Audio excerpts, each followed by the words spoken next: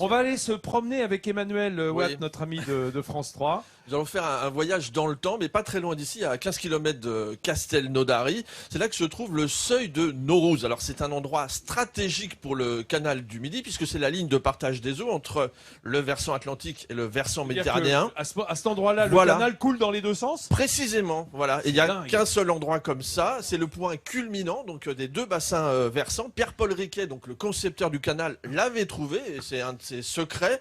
Et il avait de grands projets pour cet endroit, de le magnifier, mais finalement, ses plans sont plutôt tombés à l'eau.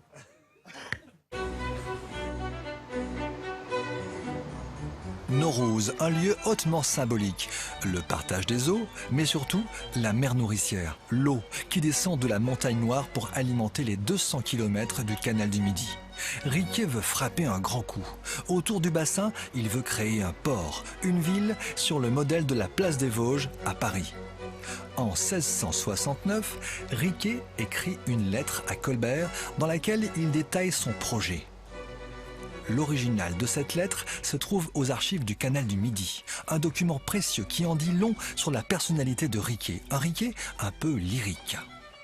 Le dessin vous en plaira, si je ne me trompe, et je le crois assez beau, et la grandeur du bassin assez considérable, pour mériter qu'on y mette au milieu l'effigie du roi dans un char tiré par des chevaux marins. Il parle occitan au quotidien, mais il écrit bien, très très bien le français, et il trouve des formules qui font mouche à chaque fois et qui plaisent à Colbert. Donc il n'est pas évident que Colbert, par contre, ait vu ce projet d'un bon oeil, parce que c'est ce petit provincial qui monte, et Colbert le voit un peu avec méfiance au fil des années. Il pense que Riquet prend trop d'importance. Un an plus tard, les consuls de Castelnaudary sont jaloux. Ils veulent le canal dans leur ville. Ils demandent à Riquet de dévier son tracé, ce qu'il va accepter.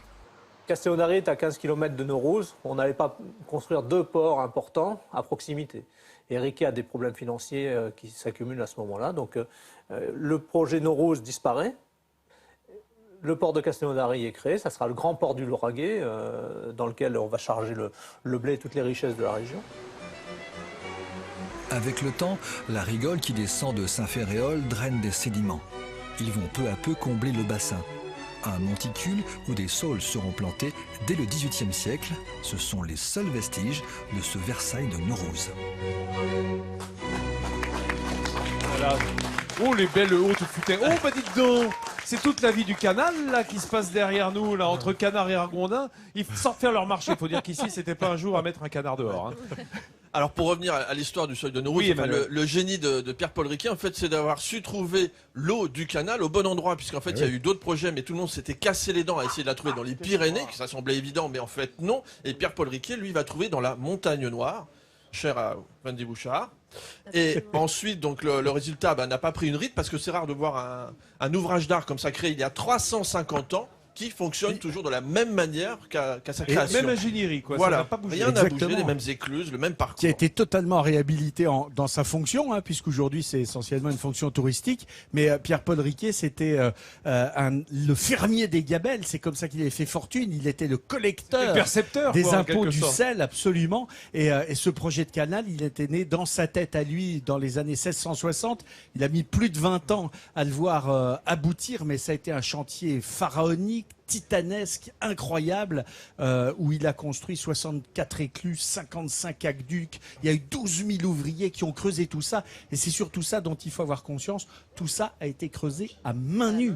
C'est incroyable. 240 km d'autoroute du Roi Soleil. Mais c'est prodigieux. Et le premier qui m'en a parlé, qui est un ami, c'est Jean-Jacques Debout. Oui. Car Jean-Jacques a écrit un opéra sur Pierre-Paul Riquet, qu'il n'a jamais réussi à monter, une comédie musicale, mais bon, très, très historiquement documentée comme il sait le faire. Et c'est drôle parce qu'en arrivant dans cette région-là, à la Montagne Noire, j'ai repensé à ça et je me dis, mais il faut que tu...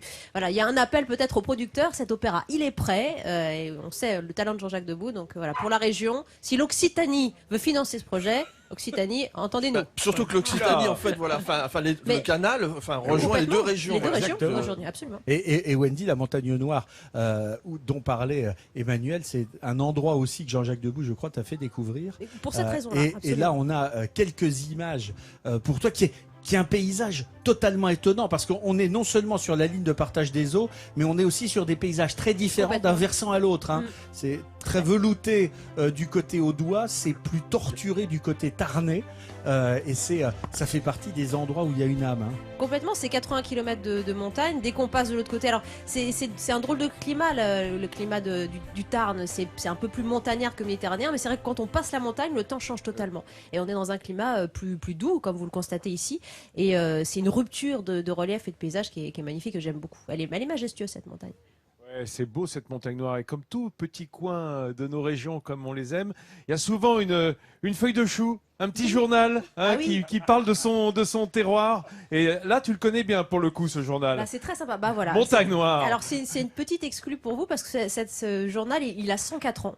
Il a fait faillite il y a quelques semaines et il y a des amoureux du Tarn qui l'ont racheté, qui le relancent, Claude Ferrand, Laurent Cabrol notamment. Et puis alors moi je m'inscris comme ça bénévolement dans ce projet parce que j'ai envie de les aider. Donc je serai rédactrice. Voilà, je serai rédactrice en chef de la adjointe, Montagne Noire. mais un petit peu envoyée spéciale. Donc je vais faire des petites choses. C'est une parution bi-hebdomadaire, donc ça va être lancé là au mois de mars et je crois que ça concerne 40 000 habitants. C'est tiré à 3 000 exemplaires et c'est important parce que c'est vraiment une des âmes de cette région Mazal-Méthane. Évidemment. Voilà. Hein, puis Donc, c'est là merci qu'on d'en lit parler. les nouvelles de son coin. C'est ça, Voilà, c'est et ça, très c'est très important. Et c'est lorsqu'on y important vient. de relocaliser aussi l'information.